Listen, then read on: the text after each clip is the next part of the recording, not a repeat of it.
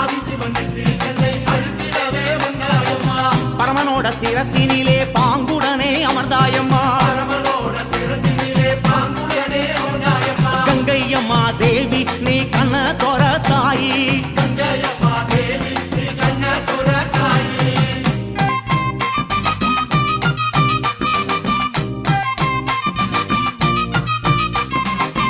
ஏழு கடல் சீமையெல்லாம் சூழ வந்தாய் கங்கையம்மா.